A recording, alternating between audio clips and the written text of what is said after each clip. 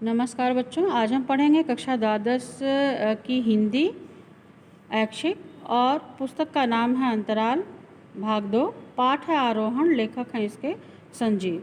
और बच्चों 3 भाग हमने पढ़ लिया है, 3 भाग की वीडियो आपको मैंने दे दी है, पढ़ा दिया है उसमें। अब हम इसमें भाग 4 में पढ़ेंगे आगे का पैराग्राफ। तो इसमें बच्चों जो है वो पैराग्राफ 3 है, पृष्ठ संख्या 22 से 24 तक।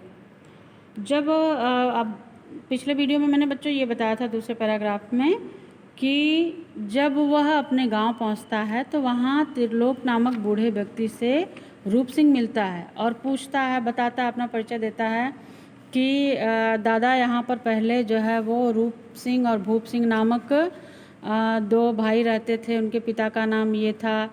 ये सारी बातें उनको बताता है और पूछता है कि अब वो लोग कहाँ हैं।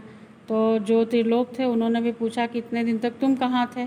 तो ये सारी बातें जो है वो बताता कि मैं तो जो पर्वतारोहण संस्थान में था और वहाँ इसी काम के मुझे सरकार 4000 रुपये देती है। तो और ये भी बताता कि ये कोई छोटा मोटा काम नहीं है। तो जब त्रिलोक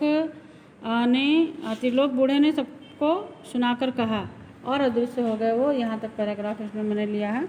तो जब त्रिलोक ने ये सुना कि अच्छा पर्वत पे चढ़ने के तुम्हें 4000 रुपये मिलते हैं, तो उसको जो है वो ये आश्चर्यचकित लगा और वो उपहास उड़ाते हुए त्रिलोक ने कहा कि अच्छा पहाड़ पे चढ़न के वास्ते 4000 तनख्वाह दे बिछू, यह क्या बात हुई, ये कैसी अहमक है, तो यह कैसी सरकार है।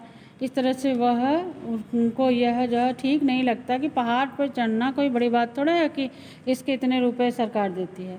अब शेखर के सामने चूँकि इस तरह की जब अपनी एक तरह से बेइज्जती हो रही थी उसकी, तो उसको बड़ा अजीब सा लग रहा था, वो खिसिया सा गया। कौन? रूप सिंह। और ये बातें कौन कर रहा था? जो त्रिलोक थे बूढ़े वो। तो बच्चों जो है इस तरह से आप इस पैराग्राफ में देखेंगे म्याल चढ़न का अर्थ होता है, म्याल माने पहाड़, म्याल का अर्थ पहाड़ होता है। इसमें जो महत्वपूर्ण बिंदु हैं तो आपको ये मैंने पहला वाला बता दिया कि पहाड़ पे चढ़ने के 4000 रुपये देती, इससे वो आश्चर्यचकित होते हैं। शेखर के सामने ऐसी बात सुनकर के रूप सिंह का खिसिया जाना। अब शेखर के सामने चूँकि त्रिलोक के लिए तो बड़ी बात नहीं लग रही है ये कि पहाड़ पे चढ़ना कोई बहुत बड़ी बात है, जिसके लिए उस ज़माने में 4000 रुपये तुम्हें मिल रहे हैं। तो इस तरह से अब उसको जो है वो बहुत अच्छा नहीं मान रहे हैं जो त्रिलोक हैं। तो ये सब सुन के वो जो खिसिया जाता है थोड़ा सा जो रूप सिंह है। रूप को यह पता चलना कि अब उसके माता पिता इस दुनिया में नहीं रहे। तो बच्चों फिर आगे चूँकि ये बूढ़े त्रिलोक ही बचे हुए थे, बाकी तो आप देखेंगे कि लैंडस्लाइडिंग हुई थी तो उसमें भूस्खलन हुआ था, तो उसमें जो झरना था वह भी उसका रुख मुड़ गया था, दब गया था, जो पहाड़ थे छोटे छोटे गिर गए थे। तो ऐसे ही जो इसके परिवार के, रूप सिंह के परिवार के लोग थे, जिसमें से कि उनके माता पिता वह भी उसमें दब गए, खेत खलिहान पशु जानवर जो थे वो सब दब गए। उस समय वो आगे कहानी बताएंगे जब इनके भाई इनसे मिलेंगे, तब जब भूप सिंह मिलेंगे तब वो अपनी घटना इसमें अभी बताएंगे।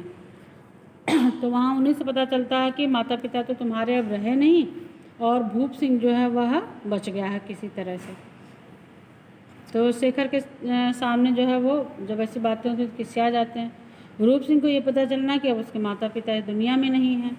भूप सिंह के व्यक्तित्व का वर्णन तथा यह जानना कि मही भूप का ही बेटा है। बच्चों अब यहाँ त्रिलोक ने ये बता दिया कि जो भूप सिंह है वो कैसा है। भूप सिंह देखने में बहुत सुंदर हैं, उनका गोरा चिट्टा चित्तीदार चेहरा है, ऐसा लगता है मानो ग्रेनाइट पत्थर को तराश कर गढ़ा गया हो। कोई सख्त लंबोदरा चेहरा, लंबा सा चेहरा है उनका।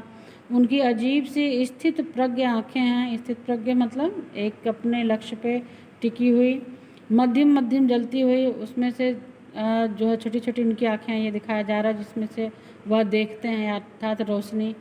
भौहों पर कटे का निशान है, वही है बिल्कुल वही। तो जब दूर से वो आ रहे थे तो ऐसा ही उनका रूप पाठ में जो है वो वर्णित हुआ है। तो यहाँ पर चूँकि रूप सिंह जो थे उनको भगोड़ा ही समझा जाता है, भागा हुआ भाई समझते हैं वो भूप सिंह। तो भूप सिंह के मन में बहुत वो तो नहीं है, लेकिन फिर भी भाई भाई हैं। इस तरह से भूप सिंह का जो व्यक्तित्व है वो इस तरह का है। और उनसे ही ये पता चलता है, ये वहीं पे ये पता चलता है कि ये जो त्रिलोक थे वो ये बताते हैं, जब वो पूछते हैं ना, रूप सिंह जब पूछते हैं कि उनके कितने बाल बच्चे हैं, उनका शादी विवाह हुआ कि नहीं आदि, जब पाठ में वो उनसे पूछते हैं त्रिलोक से अपने भाई के, तो वो यही कहते हैं कि वो जो तुम्हें छोड़ने आया था लड़का महीप, वह उन्हीं का बेटा है।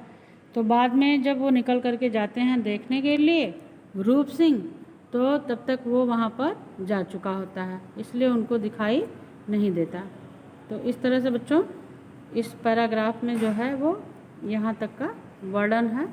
और फिर इसमें ही जो है वो आगे वो ये कहते हैं कि किस तरह से उनके माता पिता ने उनको इतने दिन तक याद किया होगा, ये सब बातें जो है वो हैं। तो फिर वो उनसे जो त्रिलोक हैं वो उनसे ये पूछते हैं कि जो तुम्हारे साथ में है वो कौन है। तो रूप सिंह जो है वो शेखर के बारे में बताता है कि मैं मसूरी गया था, तो कैसे गया था, इनके पिताजी ही मुझे मसूरी ले गए थे। भूप द्वारा ये कहना कि भूला चल ग्यार। फिर जब भूप सिंह दूर से आते हुए दिखाई दिए तो इनके पास आ गए। फिर परिचय हुआ दोनों लोगों का कि अच्छा ये रूप सिंह है। तो भूप सिंह ने उनसे कहा कि भूला मतलब अनुज, छोटा भाई, चल ग्यार माने घर। रूप सिंह का अपने भाई भूप सिंह के घर हिमांग जाना।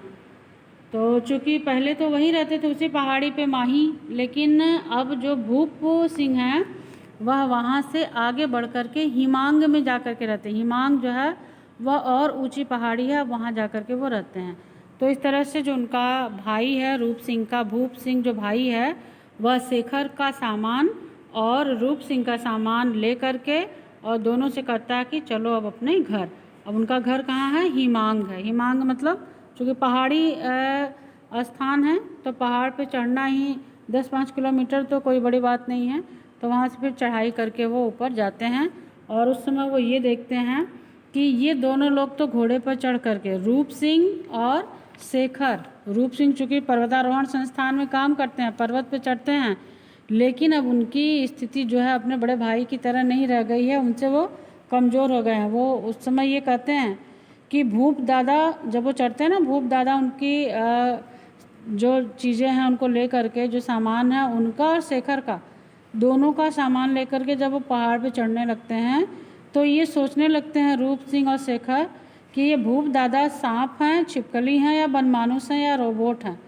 वह किस तरह इतने धैर्य से, आत्मविश्वास और ताकत और कुशलता के साथ इस पे चढ़े जा रहे हैं और बहुत ही अपने शरीर का, अपने अंगों का इन्होंने कह सकते हैं कि जो परिश्रम होता है ना, तो नायाब उपयोग जो है वो किया है या कर रहे हैं। जैसे वो चढ़ रहे थे तो उनका शरीर जो है उस समय बहुत ही फुर्तीला था। ऐसा लग रहा था इन दोनों लोगों को कि न जाने ये क्या है कि इनको पहाड़ पर चढ़ने में ज़रा से भी कठिनाई नहीं हो रही है, जबकि जो रूप सिंह और शेखर थे उनकी हालत ख़राब हो रही थी ऊपर चढ़ने में। तो इस तरह से बच्चों इसमें जो है यहाँ तक का उल्लेख है। कुछ प्रश्न हैं इस पे। रूप सिंह ने अपना परिचय किसे दिया तथा अपने माता पिता के बारे में क्या जानकारी प्राप्त की?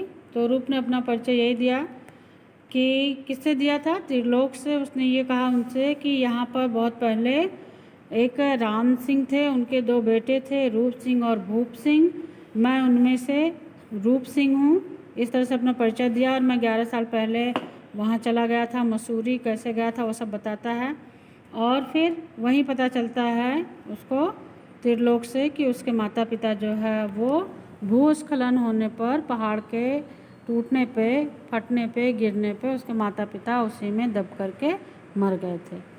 भूप सिंह का रेखा चित्र प्रस्तुत करना है। भूप सिंह कैसा लग रहा मैंने अभी आपको बताया, तो वो आप पाठ्य पुस्तक से लिख लेंगे। पहाड़ चढ़ते समय रूप सिंह ने अपने भाई भूप की किन विशेषताओं का वर्णन किया है? तो यहाँ पे आप भूप कर लेंगे बच्चों।